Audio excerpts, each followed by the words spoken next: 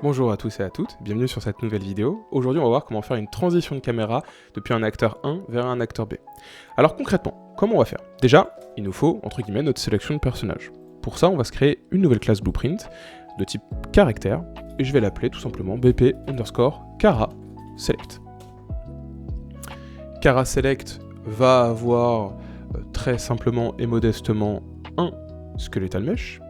On va faire en sorte qu'il soit bel et bien à l'intérieur de notre trigger box et va avoir une caméra. Donc là, on peut venir sélectionner la caméra et je vais bien la mettre devant le personnage, plus ou moins comme ceci. Ok, c'est parfait. Afin d'avoir plusieurs types de blueprints différents, je vais venir créer deux enfants de cara_select. Donc vous pouvez sélectionner cara_select et on va faire un child blueprint class. Je vais l'appeler le premier warrior, on peut le dupliquer et venir appeler l'autre mage. Et en fait, on va faire une sélection de personnages entre Warrior et Mage. Bon, du coup, le mage, au lieu que ce soit Mani, le personnage, je vais venir choisir Queen. Comme ça, on a entre guillemets le personnage masculin et féminin, n'importe. C'est juste pour voir une différence de mesh. Ok, maintenant qu'on a nos deux personnages, je peux venir les placer in-game. Donc là, j'ai placé mon mage et mon warrior. Donc là on a les deux personnages et j'ai envie de pouvoir changer de la caméra, passer de mage à warrior et de warrior à mage. Alors on peut cliquer sur play et on peut voir que par défaut on spawn avec le personnage d'Unreal. C'est pas exactement ça qu'on veut nous, on va avoir notre caméra.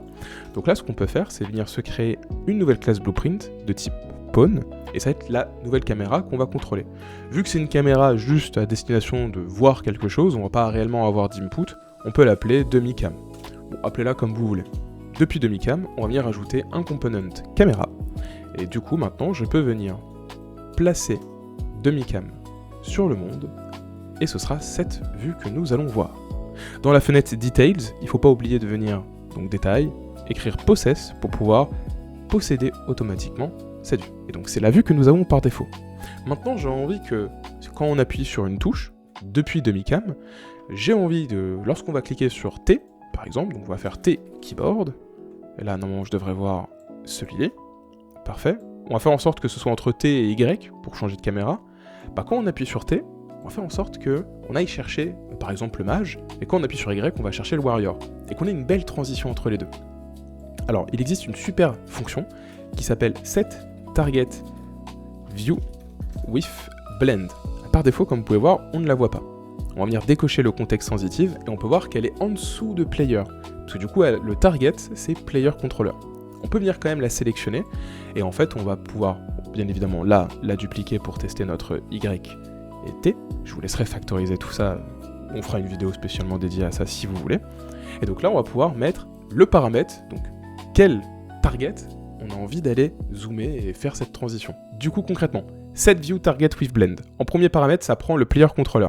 Bah, ça tombe bien, on peut faire get player controller. C'est la node un peu facile à avoir. Ok, parfait. New view target. Alors ça, c'est le nouvel acteur qu'on a envie d'aller zoomer. New view target, donc de type acteur object. En fait là, on peut juste récupérer la référence de l'objet qu'on a envie d'aller zoomer. Alors du coup, je peux venir créer une variable et je vais l'appeler warrior actor, comme ceci. Et je peux venir faire la même chose avec mage actor. Et on va venir, pour les deux, cocher le petit œil juste ici, comme ça c'est des variables publiques, et on pourra les référencer directement depuis demi-cam, sur le niveau. Vous allez voir, on va le faire juste après.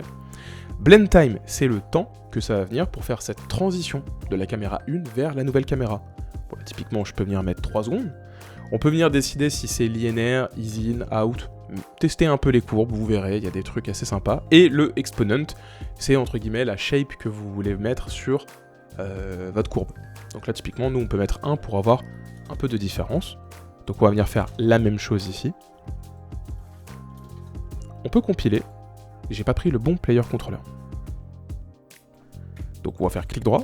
On peut cocher contexte sensitif, get player controller. Et vous vérifiez bien que contrairement à moi vous étiez bien sous game, get player controller. Cette fois-ci ça devrait fonctionner un peu mieux. Parfait, ça compile. On peut revenir. On va sélectionner demi-cam, et normalement, vous devriez voir, on a le warrior acteur et on a le mage acteur. Alors du coup, moi, warrior acteur, je vais venir sélectionner mon BP warrior, et mage actor, je vais venir sélectionner BP mage. On peut du coup cliquer sur play, par défaut, je vois les deux. Si j'appuie sur Y, j'ai ma caméra qui bouge au bout de 3 secondes pour me montrer le mage. Et si j'appuie sur T, on a la caméra qui nous fait la transition vers le guerrier.